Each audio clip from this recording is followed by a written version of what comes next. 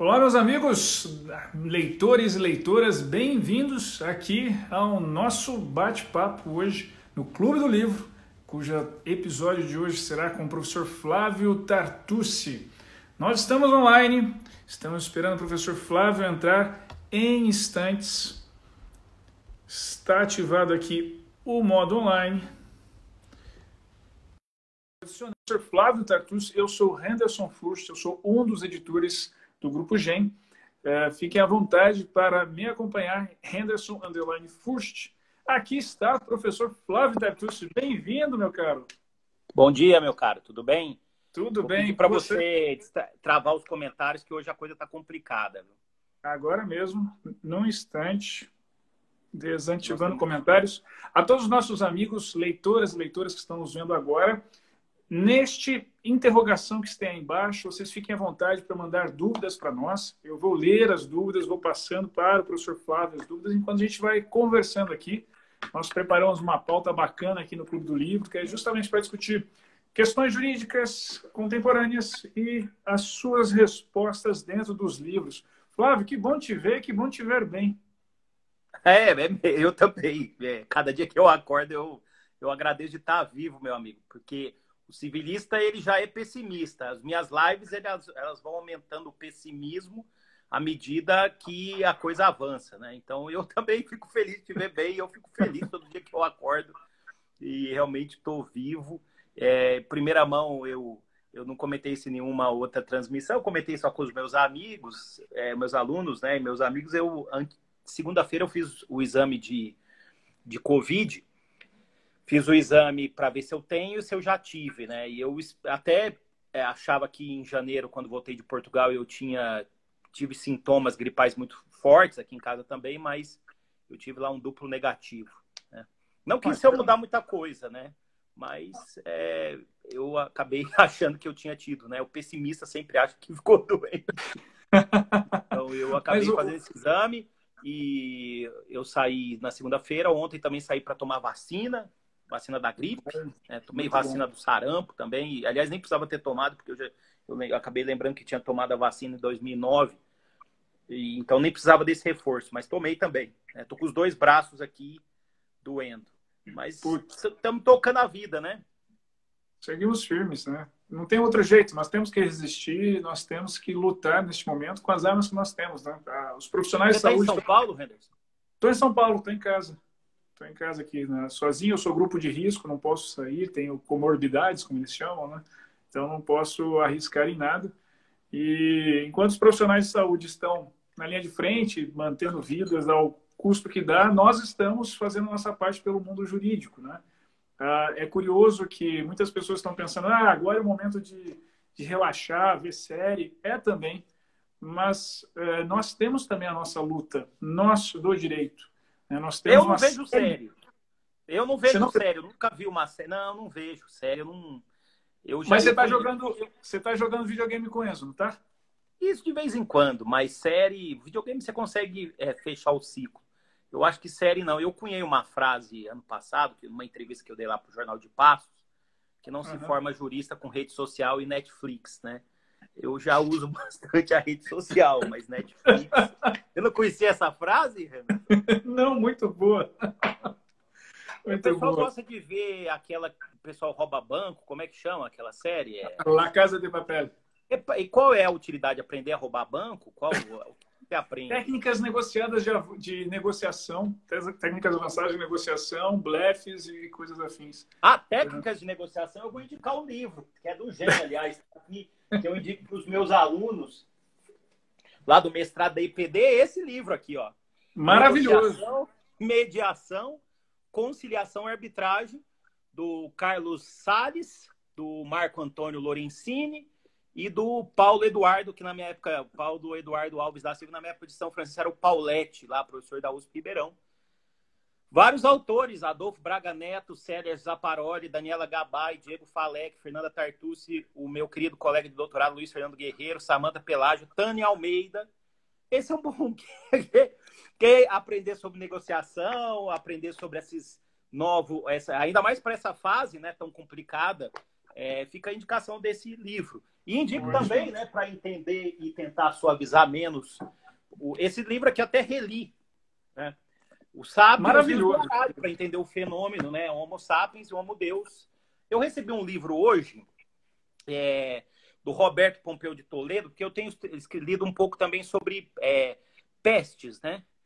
Que é a capital da vertigem, que conta como São Paulo se comportou na gripe espanhola. Acabou de chegar aí, eu vou começar a ler esse final de semana. Eu vou atrás desse, eu não tinha conhecido, não. É a capital da vertigem. Acabou de chegar. Eu passei bastante álcool nele, né? Vou deixar ele descansando um pouco, mas eu já separei esse livro para ler, para compreender também um pouco o que aconteceu da outra vez. Tem muitas coisas que estão se repetindo, né? Inclusive uma revolta social.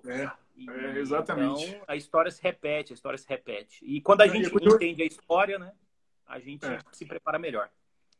Quando a gente vê nos livros de história a revolta da vacina e tudo mais, e toda a luta de Oswaldo Cruz, você pensa, mas como que aquele povo não conseguiu se render à ciência? Né? E que absurdo fazer toda uma manifestação. Mas quando nós olhamos a realidade de hoje, nos assusta também como há um negacionismo, como há um anticientismo, como ideologizaram a ciência. Né? Então é assustador nesse aspecto. Mas sabe, Henderson, que a humanidade, quando há um colapso como esse, a grande maioria das pessoas trabalham com a negação. Né? Com a negação, não é isso. E esse é um erro. Né? A história se repete. Esse acaba sendo um erro, essa negação.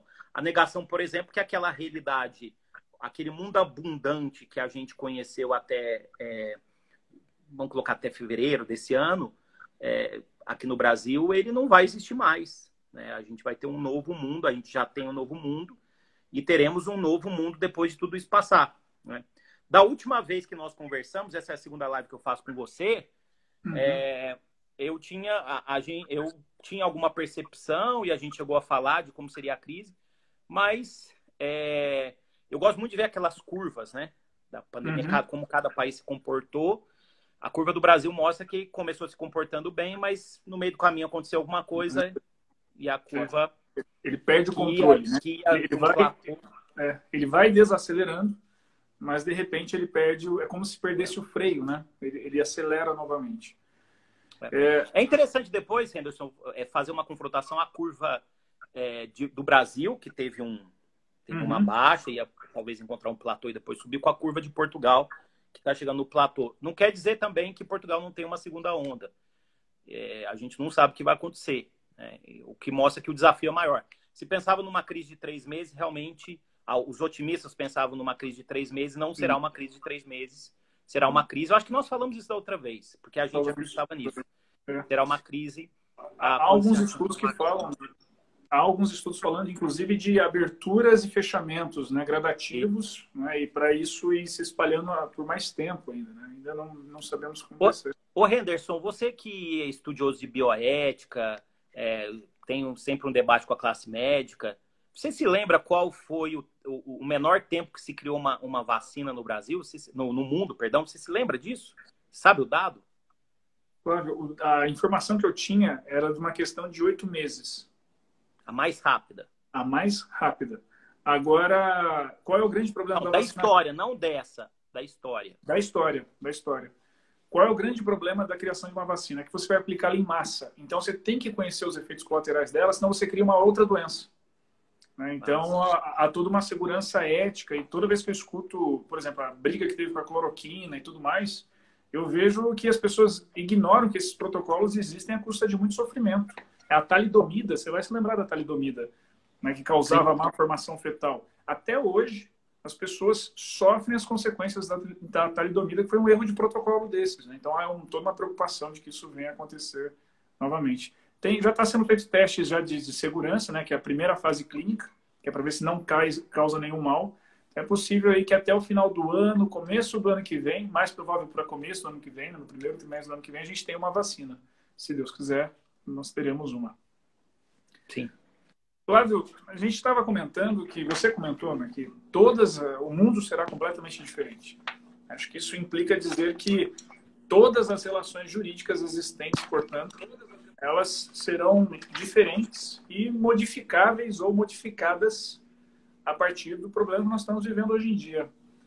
Isso implica também dizer que as relações jurídicas privadas todas vão ser revisitadas. O que você acha disso? Eu não tenho a menor dúvida disso, e ainda mais com uma crise que se prolonga, né?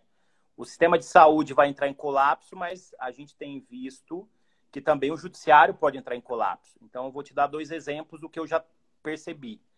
Eu vou lançar um artigo semana que vem do Migalhas Contratuais, meu, do Simão e do Bunazar, defendendo naquele projeto de lei. Deixa eu só ajustar aqui que eu tive que colocar o celular para carregar, não sei nem se eu vou achar um ponto. Acho que não vou conseguir colocar ele em pé aqui. Mas dentro daquele projeto de lei que nós trabalhamos, lá o projeto de lei 1179, nós estamos insistindo numa regra geral sobre locação. Por quê?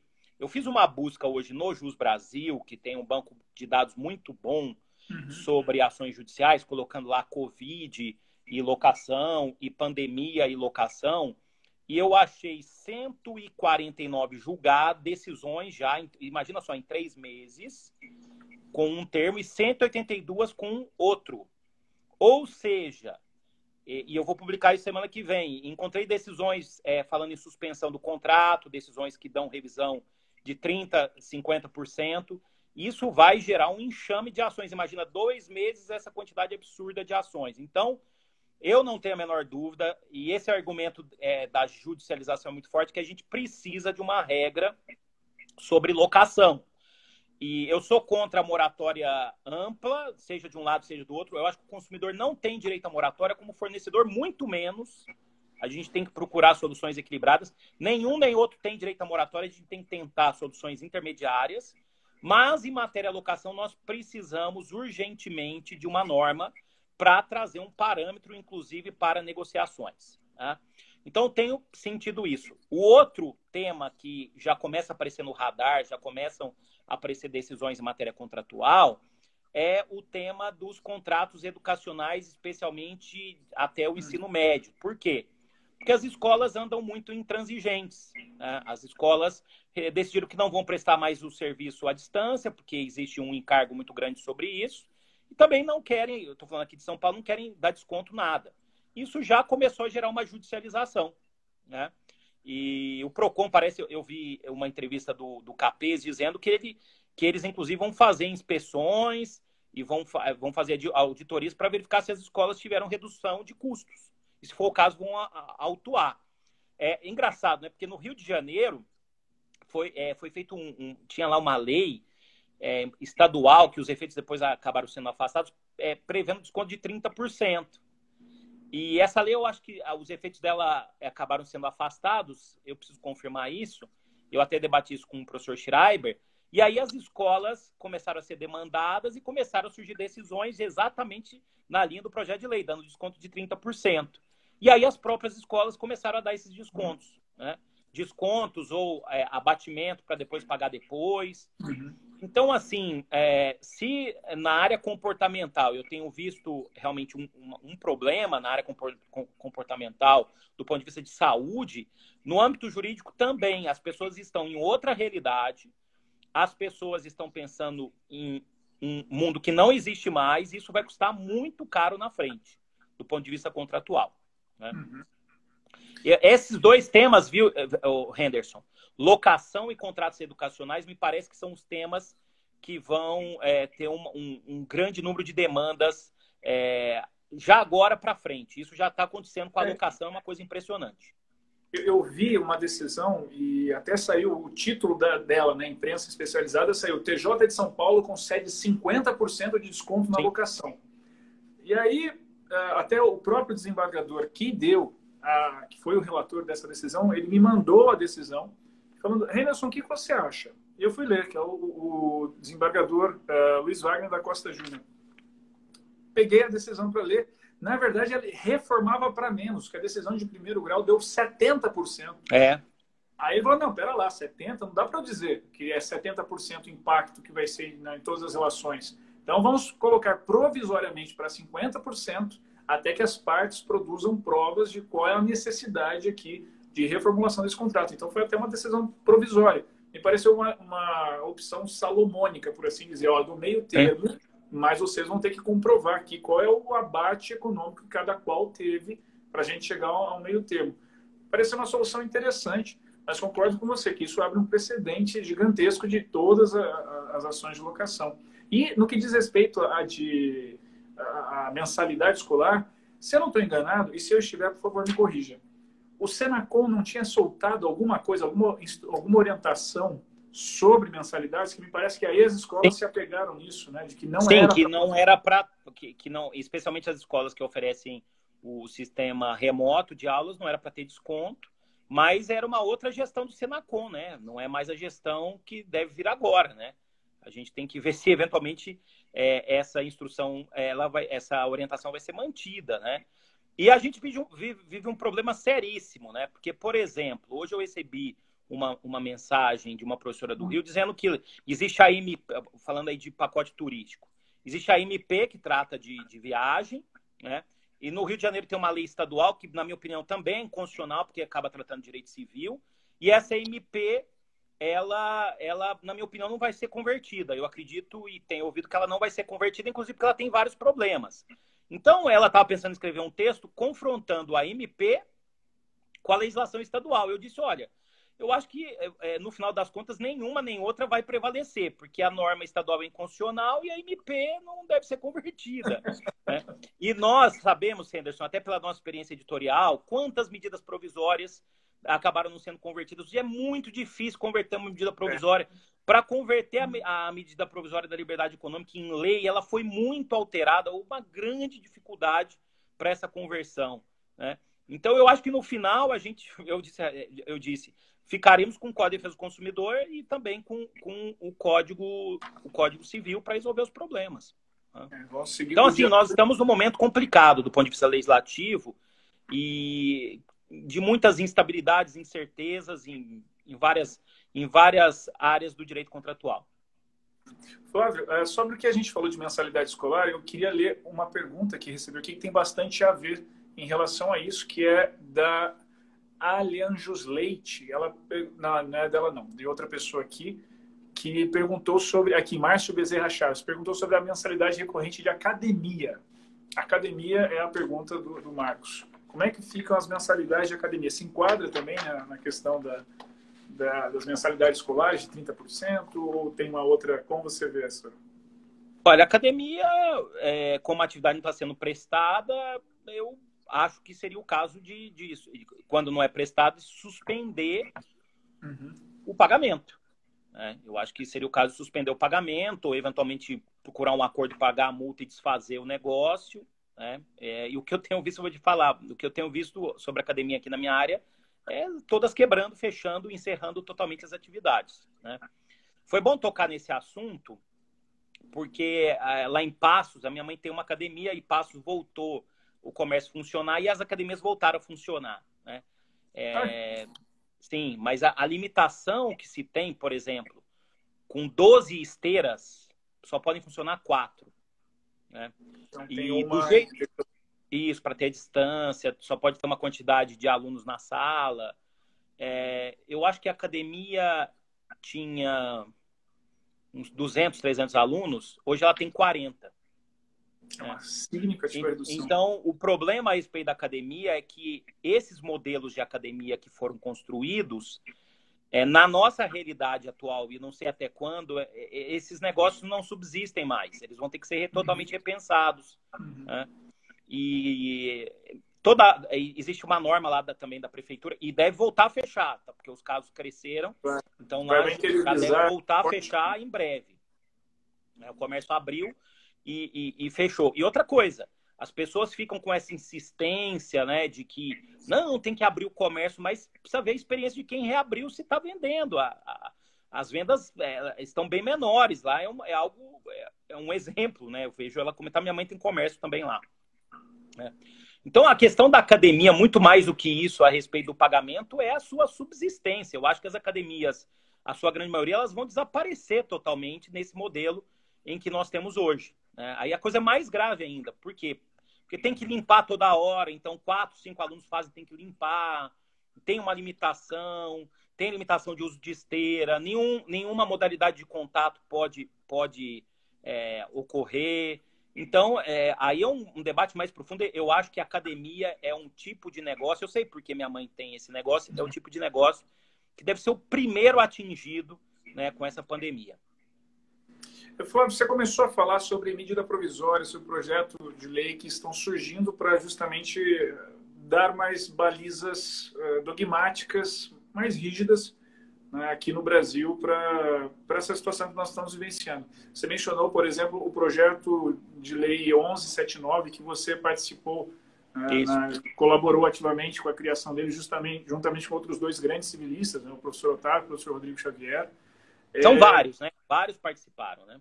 Vários participaram. Eu tinha visto um artigo mencionando vocês três, por isso... Não, eles foram o Rodrigo Xavier e o Otávio Luiz foram os líderes, mas tivemos a professora Paula Forgione, professor Satiro, professor Schreiber, professor Venosa, Simão, Bunazar, vários fizeram propostas, professor Aguirre e professor Rafael Petef. Então, na verdade, vários juristas colaboraram, né, com esse projeto. O que você acha desse projeto de lei, a sua visão geral dele? Você acha que uma vez aprovado, até o presidente da STJ, agora recém-impostado, está pressionando pela aprovação dele, você acha que trará mais segurança jurídica às relações de direito privado? Sim, sim. E a nossa proposta é que tenha uma regra sobre locação.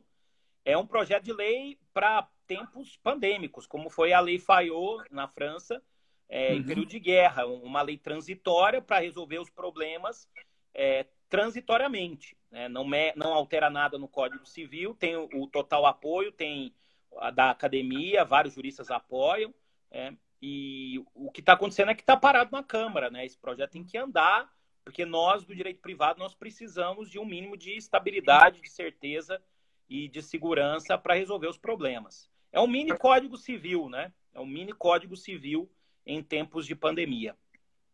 Até porque essa estabilidade ela é relevantíssima para os aspectos econômicos, né? Quando você tem uma insegurança no direito privado, no fundo nós temos um aumento, né, da insegurança do mercado de negociações aqui. Imagina, Henderson, São Paulo, a capital da gastronomia, há uma previsão de que 40% a 50% dos restaurantes e bares vão simplesmente fechar. Essa é uma estimativa séria. Isso muda, mesmo quando voltarmos ao cenário C, que o professor Simão fala, né? Nesse cenário C, o turismo de São Paulo gastronômico não será mais turismo gastronômico, né? Vai ser um outro cenário completamente distinto disso. Tudo depende, Henderson, de fluxo de caixa, de reserva que a pessoa tem, deixou, agora diminuição de despesas. Vocês devem ter visto hoje que o país teve deflação.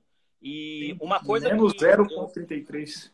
Isso. E eu não sei se você percebeu, os preços das coisas, pelo menos a minha realidade, diminuíram muito o preço das coisas. Os gastos nossos também diminuíram, né? Porque nós estamos em casa, estamos gastando bem menos. Não há nenhum prognóstico também de viajar, por exemplo, quem gosta de viajar bastante, né? Da nossa classe jurídica, não tem previsão para isso. E nós vamos ter uma revolução em tudo, Henderson. Eu, no segundo semestre mesmo, eu devo ministrar cursos todos remotos, né? Pós-graduação 100% remota, curso de extensão 100% remoto. E eu já deixo aqui também em primeira mão, em 2020 eu não vou participar de nenhum evento presencial, né? Porque infelizmente não é possível assumir um risco desse. Será tudo remoto, né? O direito vai ser concebido de uma outra forma, né?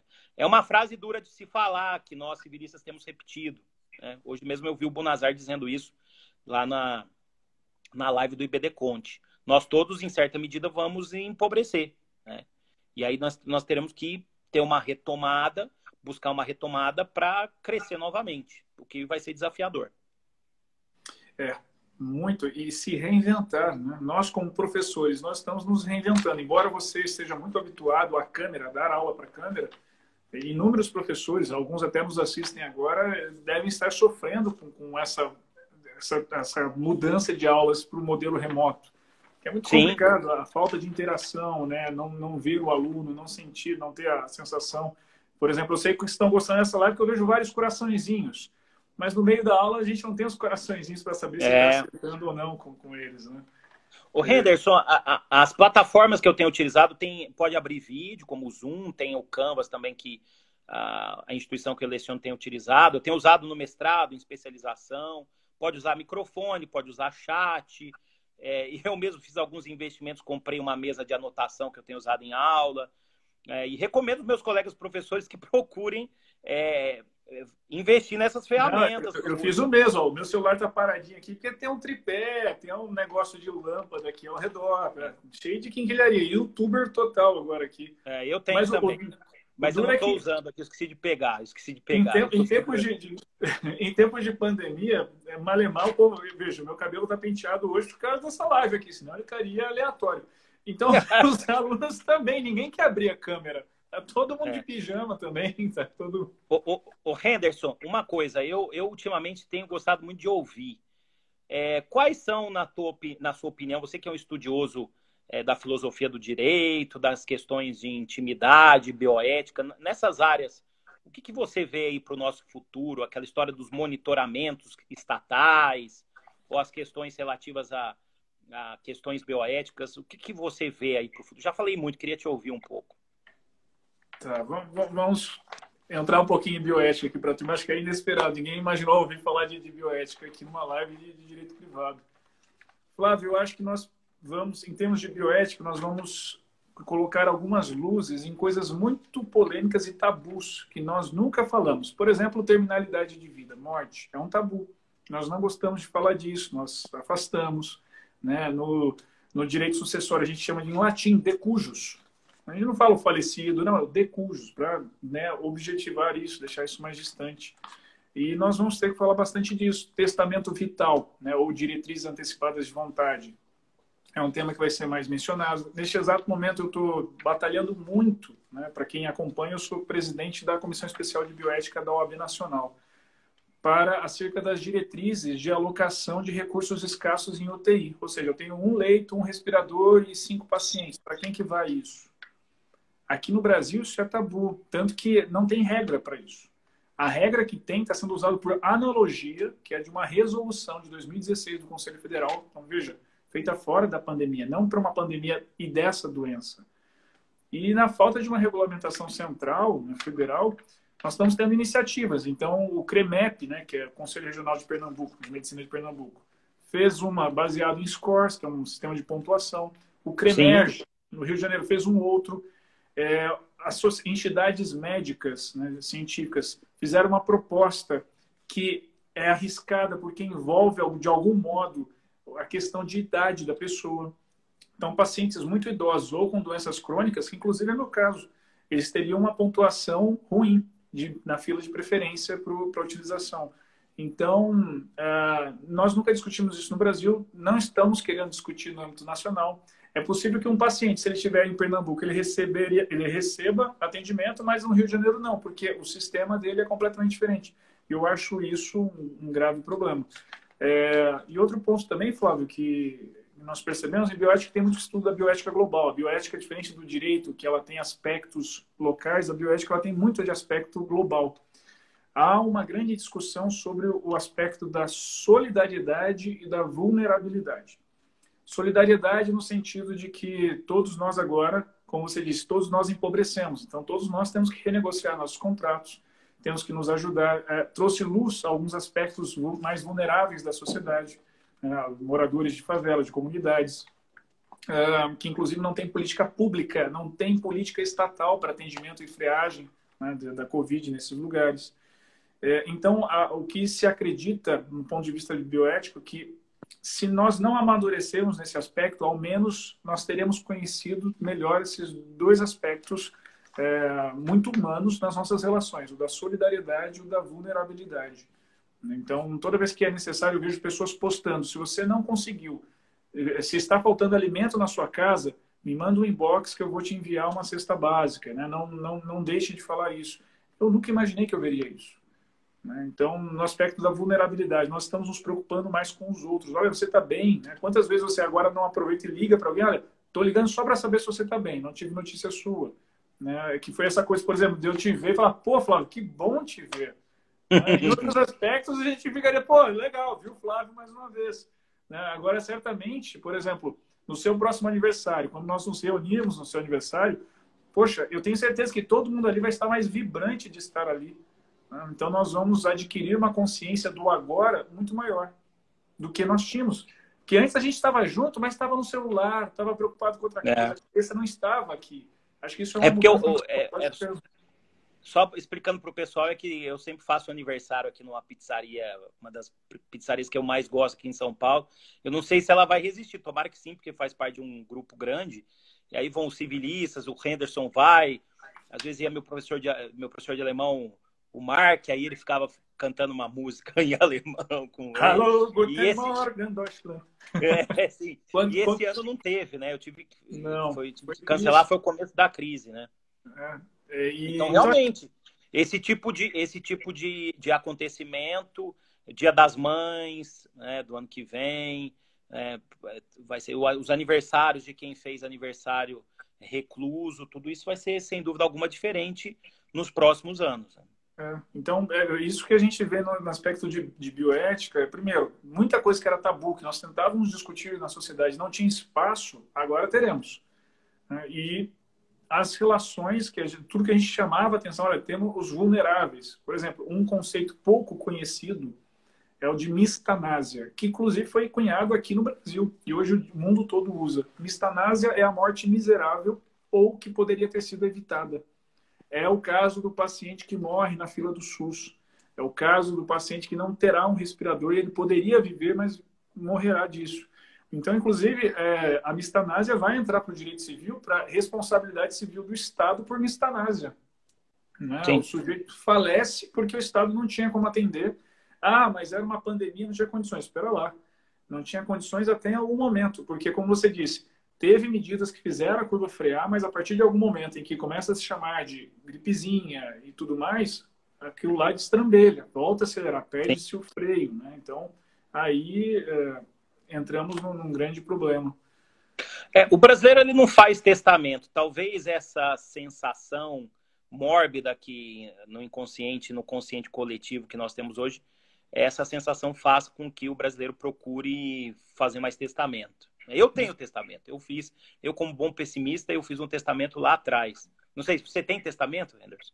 Eu tenho só testamento vital, testamento mesmo, meus patrimônios, aí você está vendo atrás aí, esse monte de livro, o Ponte de Miranda ali em cima. Vai bem.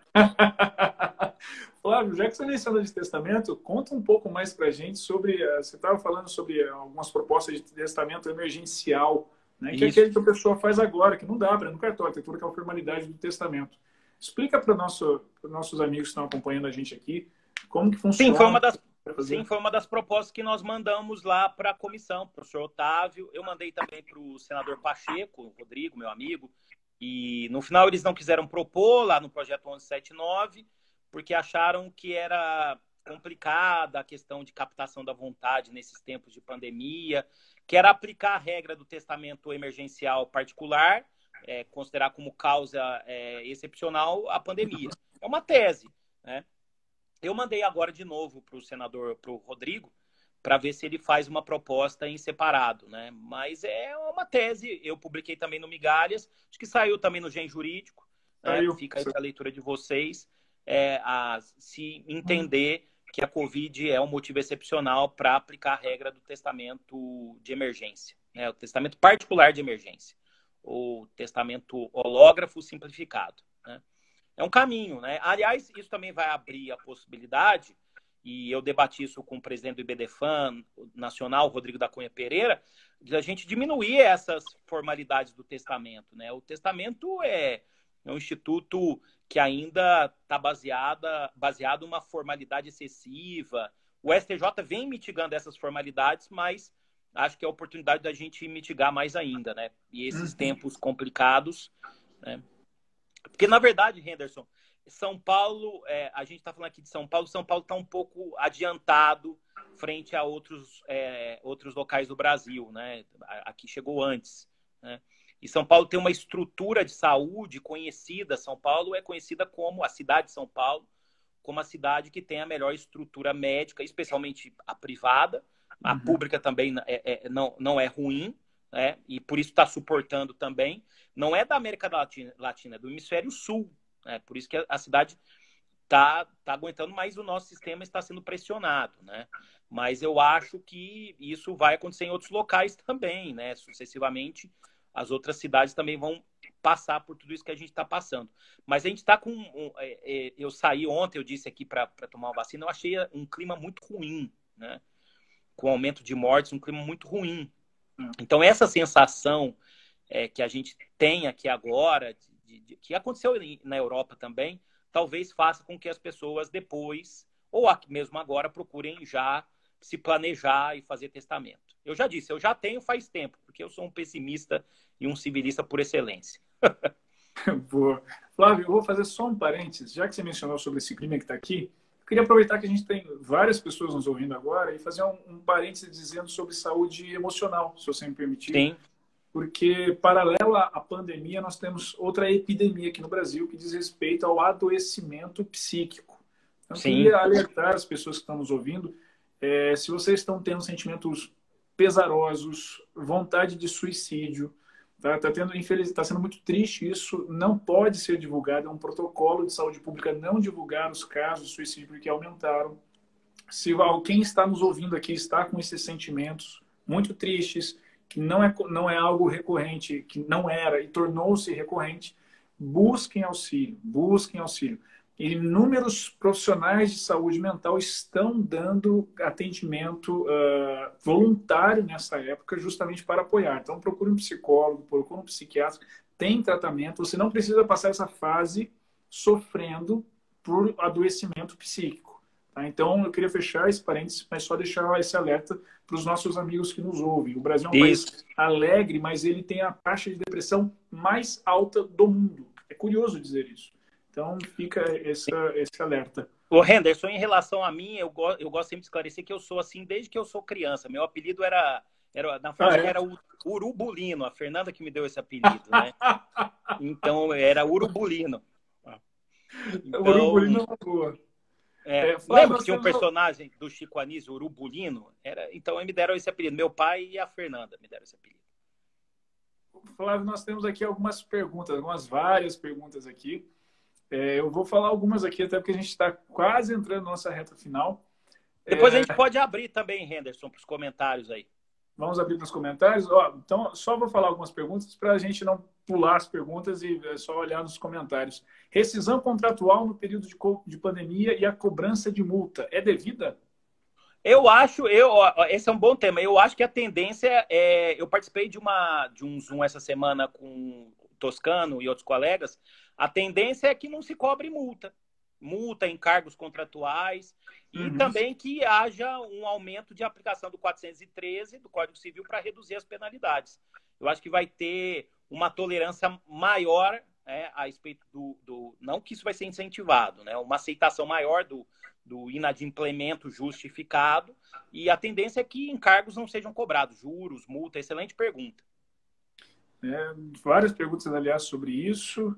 Uma tolerância maior às penalidades. Hoje, a responsabilidade civil, nesses tempos, ela perde muito a força, Henderson. Perde muito a força. A gente tem que encontrar soluções, como você mesmo falou, no meio do caminho. Essa imputação excessiva de responsabilidade civil, ela pouco serve nesse momento. Tem uma pergunta até porque aqui. Não haverá dinheiro para pagar a indenização também. E falando em dinheiro, tem uma pergunta aqui sobre honorários advocatícios. Como fica o pagamento de honorários? Eu quero dizer uma coisa para os meus colegas, tá? Também falei isso essa semana. Nós vamos trabalhar como nunca e também cobrar como nunca, porque todos os nossos valores que a gente cobrava em outra realidade, todos serão reduzidos. Há um empobrecimento geral. Eu mesmo que trabalho com parte consultiva, com pareceres, e tudo vai ser revisto para baixo. O preço de tudo vai diminuir, a gente não vai gastar com excesso, com supérfluos, né? Então, é isso que eu vejo aí para o nosso presente e para o futuro. Os advogados sempre têm trabalho, né? Vocês podem ler também. O próprio Harari fala isso. Eu gosto muito do livro do Castro Neves, né? Como os advogados salvaram a humanidade. Acho que é isso, está ali no canto. Nós temos uma função importante, inclusive para dar lastro e para dar fundamentação às coisas. Então, a gente continua sendo primordial para o giro.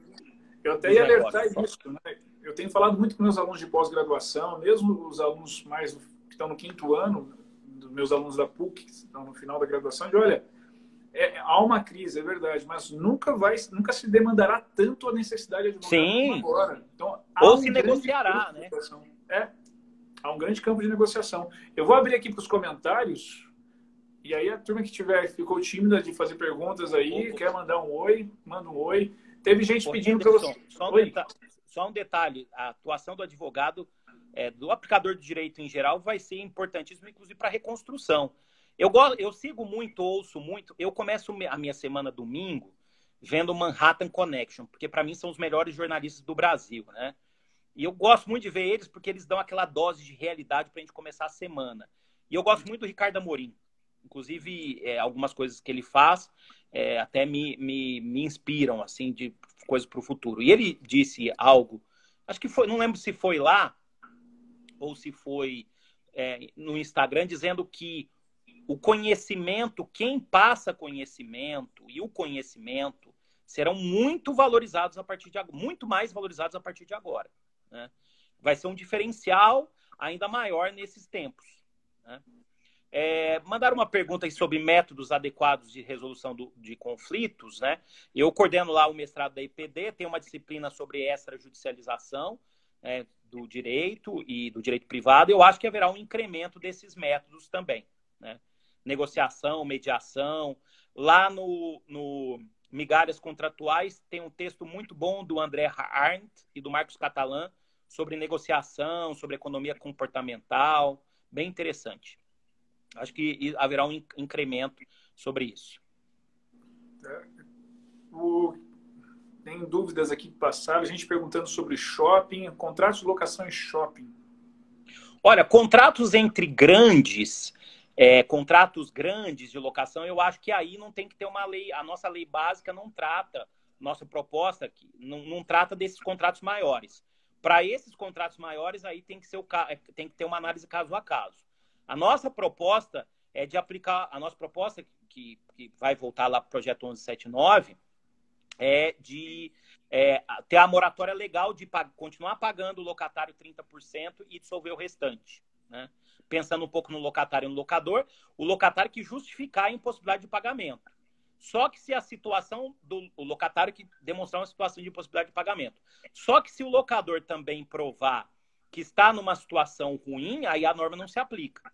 Isso para contratos pequenos, locação residencial e para locação não residencial de pequenos empresários. Grandes empresários, acho que aí tem que analisar caso a caso, né? A demanda caso a caso. Olha, contrato de transporte escolar, eu não tenho a menor ideia do que fazer. Estão perguntando muito, eu não tenho a menor ideia. Com as aulas suspensas, a premissa é suspender o pagamento, né? Ou se você tiver uma relação... muito também daquilo do contrato ser um contrato relacional. Um contrato relacional. Com a escola, por exemplo, eu continuo pagando a escola do meu filho Enzo, sempre falo isso, porque eu tenho o maior orgulho dele estudar lá. Inclusive, nesse final de semana, no programa Luciano Huck, tinha um menino lá, um japonês, não sei se vocês viram, que senta atrás dele na escola, o menino é um gênio, né? Então, é colega de sala do cálculo. Do cálculo, isso. Eu esqueci o nome dele, o Enzo me fala sempre, o nome, eu não lembro bem o nome dele. Mas eu tenho o maior orgulho do meu filho estudar nessa escola e ele ter condição de estudar lá. Eu vou continuar pagando, até porque as pessoas têm cumprido as suas obrigações comigo, né? Então, eu vou continuar pagando. O pessoal está perguntando de faculdade, universidade, se o serviço está sendo prestado com aula remota, ao vivo, material, tem que continuar pagando normalmente, né? Esse é o meu entendimento. Aliás, os senhores se acostumem, porque a tendência no futuro é que as aulas continuem remotas, tá? E outra coisa, aula remota não é igual EAD.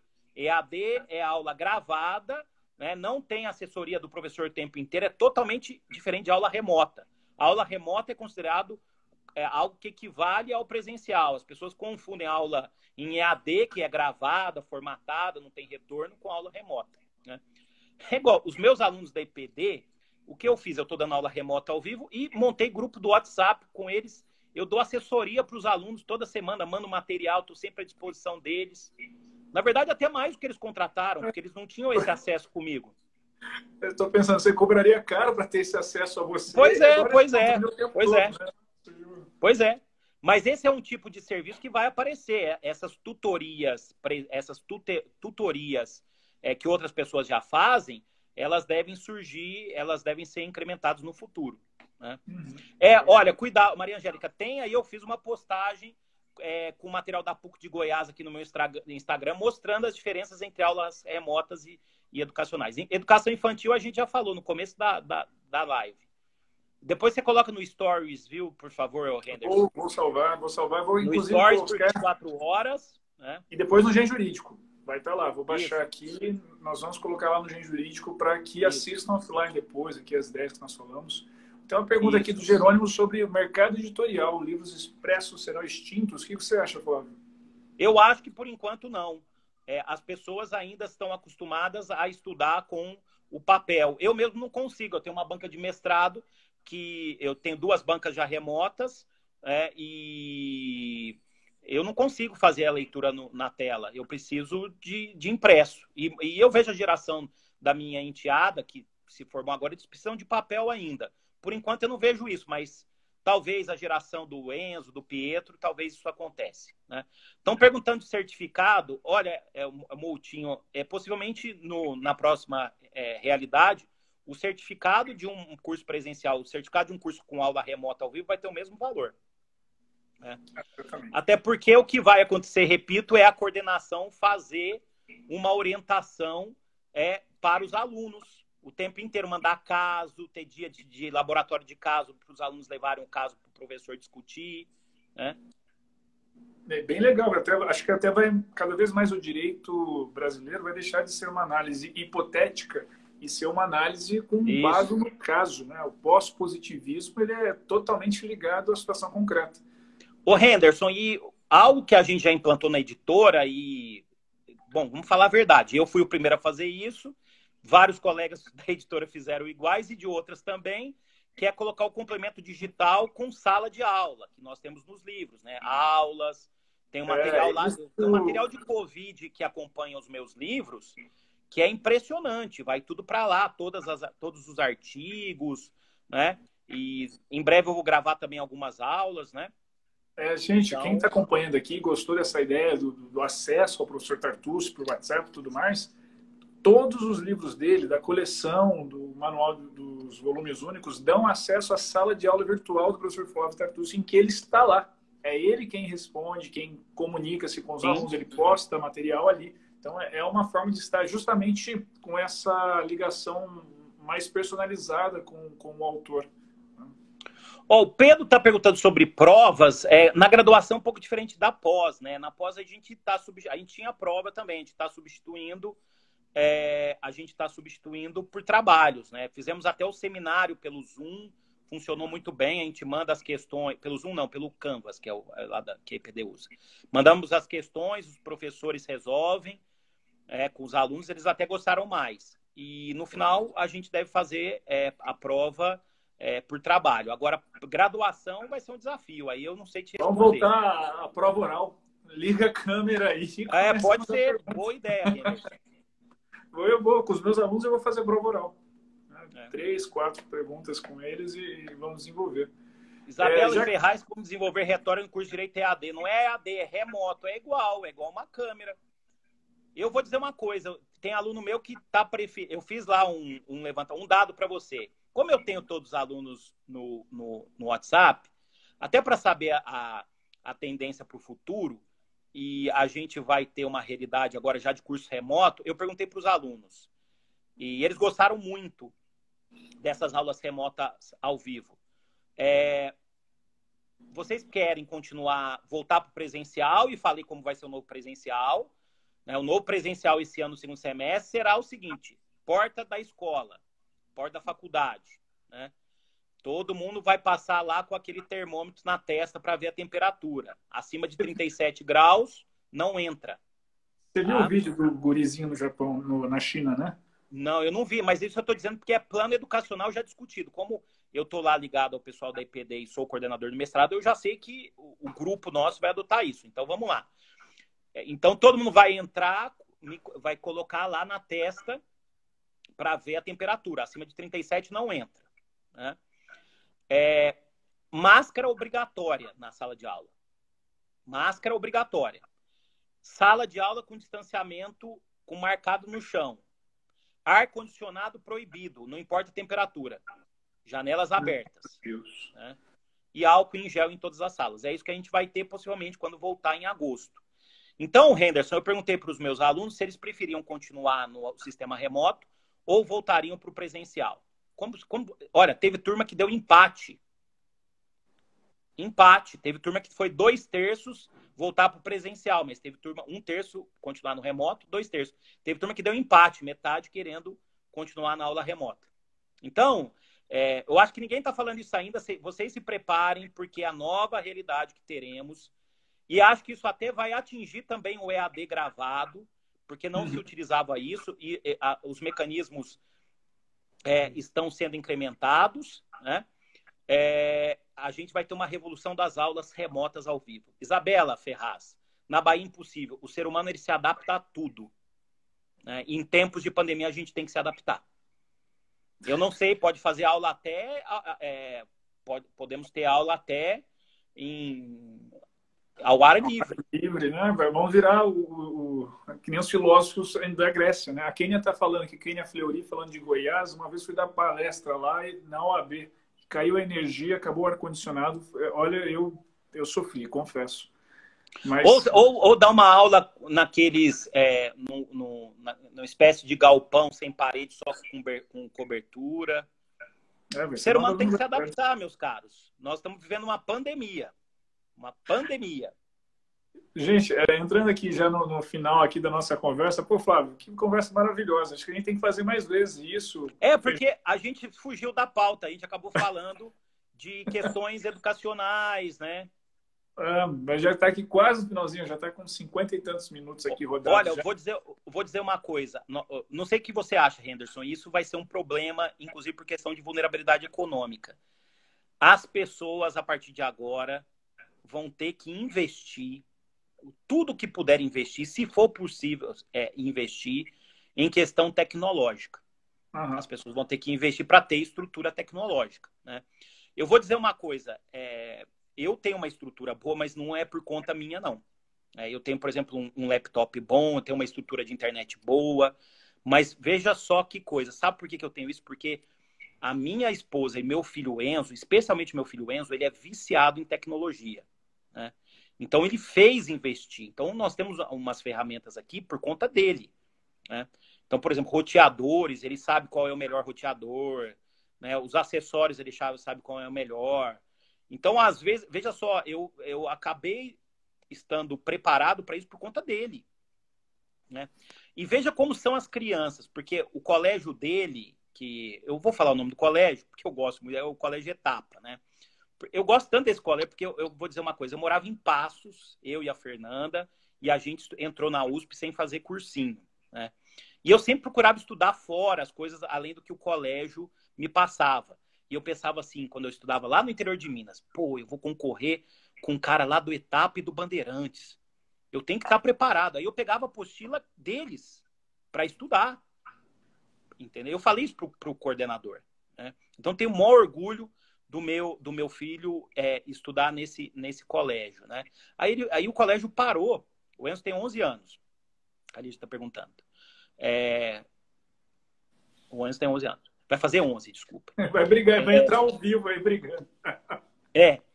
E então, o que eu estava contando, até esqueci, ela perguntou a idade. Então. Aí a escola resolveu parar. Aí ele falou assim para mim, eu estava conversando com os meus amigos, porque eles ficam jogando quase o dia inteiro, né? Por que a nossa escola não dá aula pelo Zoom ao vivo? Quer dizer, até quem tem 10 anos de idade, 11 anos de idade, já está esperando essa adaptação. Para eles vai ser uma nova realidade. As crianças não conseguem acompanhar, às vezes elas conseguem mais do que a gente.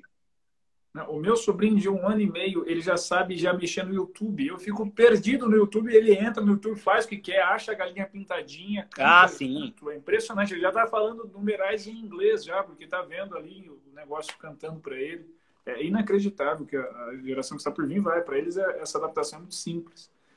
Gente, retomando livros, alguém pediu, Flávio, aqui nas perguntas, que você mostrasse de novo o livro que você falou, que não conseguiu anotar. Se você puder Qual mostrar. livro? O de negociações, que foi o que você mostrou. Agora está carregado aqui, deixa eu só colocar em pé, só um minutinho. Ó, foi esse aqui, Negociação, Mediação, Conciliação e Arbitragem, da Forense, do Salles, Carlos Alberto Salles e outros. Editora Forense, muito bom. É que, na verdade, assim, né? Aqui na parte de cima, que está bem em cima da minha cabeça, são os livros que eu uso no mestrado, né? De arbitragem, que eu uso lá na minha disciplina sobre essa judicialização. Ele fica ali, que é um tema que eu tenho estudado bastante lá por conta do programa da IPD, né? Eu uso bastante. Apesar de ser autor de livro, eu sou, antes de mais nada, eu gosto sempre de dizer isso, eu sou professor. Então, claro que eu tenho os meus autores prediletos também. Tem eu sou fã de um monte de autor aí, às vezes eu entro, eu admiro um monte de gente, vários juristas, eu sou professor antes de qualquer coisa. Eu sou um professor antes de ser autor, antes de ser advogado, eu sou um professor. Então, eu gosto muito desse livro e admiro muito os autores que participaram. Já falei para a Fernanda que participa. É uma baita de uma obra. Né? Ali tem um livro de arbitragem. Então, eu gosto muito de ler. E é outra coisa que eu também acabei me preparando, né, Henderson? Ih, travou. Voltei. Voltei. A internet travou aqui para mim. Você falou alguma coisa que eu acabei me preparando. O que você... Não, a gente se preparou, né? Porque a gente tá com vários livros em volta aqui, né? Ah, sim, né? E agora eu consigo resistir à pandemia fazendo pesquisas tranquilamente, aqui com acervo, né? Além, é claro, de ser um elegante fundo para podermos fazer as lives e dar aula e tudo mais. Ô, Henderson, deixa eu aproveitar para fazer uma outra pergunta. Eu tenho visto alguns livros aí, até participei de um no Peru, mandei um texto, porque eu tenho tido uma relação muito grande com os professores do Peru. Minha doutrina, não sei por que razão, acabou sendo adotada por lá. Eu fiquei muito honrado. Parabéns. Isso, professor Varse, professor Roger Vidal. Então, eu vi um livro que chama Covid e o Direito das Pandemias. Né? E esse é um livro que é de graça. É um livro que a plataforma tá numa plataforma na internet, de graça. Mas você acha que seria algo, até do ponto de vista ético, você fazer uma obra no mercado com esses temas, assim, de... Eu acho O livro chama Direito da Catástrofe. Catástrofe e Direito. Acho que está tentando, uma obra dessa, tenta consolidar a doutrina num período de que as pessoas não estão habituadas a utilizar instrumentos jurídicos para lidar com a catástrofe. Nós tínhamos instrumentos jurídicos, mas como é muito inusitado, as pessoas não estão habituadas, né, com esses instrumentos, talvez aí a necessidade. Aqui no Brasil nós estamos resolvendo muito bem com artigos, né, e você mesmo tem escrito vários de relevância, e artigos na internet, porque a velocidade de edição é muito mais rápido, é tudo muito mais célere. Flávio, nós temos 1 minuto e meio antes disso aqui cair, e nós temos que contar do nosso cupom de desconto para todo mundo que ficou aqui nos ouvindo aqui por 1 hora. Ah, sim. O livro, os meus livros, de novo, estão com desconto, vão entrar com desconto lá no site do GEM, e já está com desconto de 15%, aí você pode digitar letra maiúscula, cupom Tartuce10, né? Tartuce10. E aí, com isso, além dos 15%, vai ter mais 10% de desconto. Isso. E se os nossos ouvintes levarem, nós estamos com desconto progressivo. Se comprar 3 livros, sendo um deles do Tartuce com esse cupom de desconto, vai para 35% de desconto. É um bom desconto isso. Ali. Espero que aproveitem. 35%? Explica de novo que eu não entendi. 35%? É um desconto progressivo. Então, quem compra 3 livros ganha 25% de desconto. Com o seu cupom de desconto Tartuce10, ganha mais 10%. Então, vai para 35% de desconto. E então, o site é www.grupogem.com.br, é isso? É isso aí. Além disso, sigam o Gen Jurídico na internet, no Instagram. Sigam a mim. Eu sou o Henderson_Furst, sou editor do Flávio, orgulhosamente editor do Flávio Tartuce. Grande jurista e professor. Outra coisa, entre livro e série do Netflix, dica do Tartucci, livro. Eu mesmo estou comprando aqui, né, nesse tempo de pandemia. Netflix não forma jurista. Nem te ensinar a roubar banco ensina, né? Nem sentar no... Eu não sei que série é essa que senta no trono de ferro. Todo mundo quer sentar no trono de ferro. Na verdade, você tem que sentar no trono do conhecimento jurídico, né? Boa, boa. Boa, bem isso. Henderson, só antes de encerrar, depois não esquece de me passar uma foto de quantos nós tivemos na live e subir aí por 24 horas para o Stories da Meta. Depois vai para a minha página do YouTube. Pode deixar, farei isso. Gente, recados finais então. Por 48 horas valendo esse cupom de desconto, Tartucci 10. Se puder, fique em casa. Lembre-se, nós temos uma missão pela frente. Você do mundo jurídico, assim como o professor Tartucci e eu, e todos os autores que estão aqui atrás de nós, atrás do professor Flávio, temos missão para realizar na nossa sociedade, aqui no Brasil. Vocês estão sendo convocados para isso também. Estudem conosco, porque nós temos um grande desafio pela frente. Ô, Henderson, primeira coisa, fazer o máximo para sobreviver nessa pandemia. Regra número 1. Né? E depois, durante esse tempo, se preparar para quando realmente a pandemia desaparecer, para que a gente esteja melhor para encarar o mundo, porque não vai ser fácil. Né? É isso. Flávio, palavras finais contigo aí para fazer os encerramentos. Já encerrei, são essas. Então, mantenham-se vivos e para depois se preparem nesse tempo, procurem manter a saúde mental, né, e para se preparar para o que vem depois. É isso aí. Bom, beijo para a Leia, beijo para os meninos. Dani Janguier também mandou beijo ali nos comentários. Obrigado, Dani. Bom rever os meus caros. Até a próxima e um bom final de semana. E finalmente, sextou. Até. Até mais.